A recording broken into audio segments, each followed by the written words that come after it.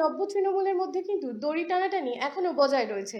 এবার সেই দ্বন্দ্বই পৌঁছে গেল বিধানসভার অন্দরেও। অর্থাৎ আমরা দেখেছি যে গতকাল যে 21শে জুলাইয়ের শহীদ সমাবেশ হয়েছে তাই থেকেও কিন্তু ঋতব্রতপন্থী এবং মমতাপন্থী যে দুই তৃণমূল রয়েছে তারা কিন্তু একে অপরের দিকে কাদা ছোড়াছুড়ি করেছে। এই রেশ কিন্তু পৌঁছে গেছে যে অধিবেশন চলছে বিধানসভায়, অর্থাৎ বুধবার বিধানসভায় অধিবেশন চলাকালীন কোন তৃণমূল আসন, কোন তৃণমূল নকল, কে বলবে কে বলবে না, সেই নিয়ে কিন্তু একটি দ্বন্দ্ব কিন্তু বিধানসভার অন্দরেও দেখা গিয়েছে। বুধবার দিন অধিবেশন চলাকালীন অর্থাৎ তৃণমূল কংগ্রেসের যে মুখ্য সচেতক অর্থাৎ চিফ হুইপ আখরুজ্জামান যখন বলতে ওঠেন, সেই সময় কিন্তু বেলেঘাটার তৃণমূল কংগ্রেস বিধায়ক কুণাল ঘোষের সঙ্গে বাকবিতণ্ডায় জড়িয়ে পড়েন। কুণাল ঘোষ প্রেস কনফারেন্স করে অভিযোগ জানিয়েছেন যে আখরুজ্জামান তার নাম কেটে দিয়েছিল বিধানসভায় যে আর কি বক্তব্য পেশ করার জন্য যে তালিকা হয়, সেই তালিকা থেকে আখরুজ্জামান তার নাম বাদ দিয়ে দেওয়া হয়েছে। আখরুজ্জামান কিন্তু ঋতব্রতপন্থী শিবিরের লোক। আখরুজ্জামান এখন বর্তমানে তৃণমূল কংগ্রেসের চিফ হুইপের পদের দায়িত্বে রয়েছে। আখরুজ্জামানের সঙ্গে যখন বাকবিতণ্ডায় জড়িয়ে পড়েন কুণাল ঘোষ, সেই সময় কিন্তু জাভেদ খান, ফিরাদ হাকিম, বিপ্লব মিত্রের মতো বর্ষিয়ান তৃণমূল নেতারাও উপস্থিত ছিলেন। তারাও তাদেরকে শান্ত করার চেষ্টা করেছিল, কিন্তু পরিস্থিতি হাতের বাইরে চলে যায়। অর্থাৎ কুণাল ঘোষ কিন্তু ওয়েলে নেমে এসে বারংবার আখরুজ্জামানকে বাধা দেওয়ার চেষ্টা করেন। তর্কাতর্কি হয় দুজনের মধ্যে।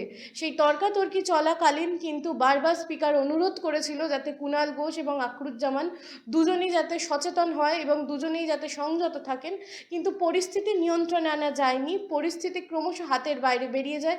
কুণাল ঘোষ ওয়ালে নেমে বারংবার প্রতিবাদ করতে থাকেন। তাকে শান্ত করতে কিন্তু সেই সময় যারা বাউন্সার রয়েছে তাদেরকেও ডাকা হয়। তারপরেও কিন্তু কুণাল ঘোষ যখন শান্ত না হয় তখন কিন্তু তাকে সেই কক্ষ থেকে, বিধানসভা কক্ষ থেকে বের করে দেওয়ার নির্দেশ দেন স্পিকার।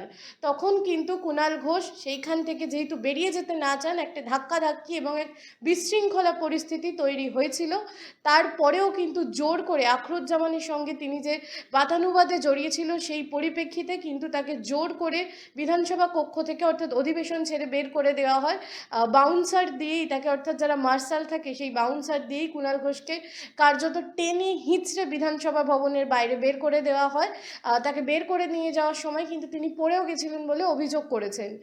এছাড়াও কিন্তু এই ঘটনার তীব্র প্রতিবাদ জানিয়েছিলেন মুখ্যমন্ত্রী শুভেন্দু অধিকারী। তিনি বলেছেন যে তারাও তো বিরোধী ছিল, অর্থাৎ যে বিধানসভায় সাধারণ মানুষের সমস্যার কথা বলা হবে সেই বিধানসভায় এসে এই ধরনের আচরণ অত্যন্ত নিন্দনীয় ঘটনা। অর্থাৎ মুখ্যমন্ত্রী শুভেন্দু অধিকারী কিন্তু এই ঘটনার তীব্র নিন্দা জানিয়েছেন যে এই ঘটনা ঘটলে কিন্তু বারংবার তা মেনে নেওয়া হবে না। এই পরিপ্রেক্ষিতে কিন্তু স্পিকার কুণাল ঘোষকে একদিনের জন্যে বহিষ্কৃত করে বিধানসভা ভবন থেকে।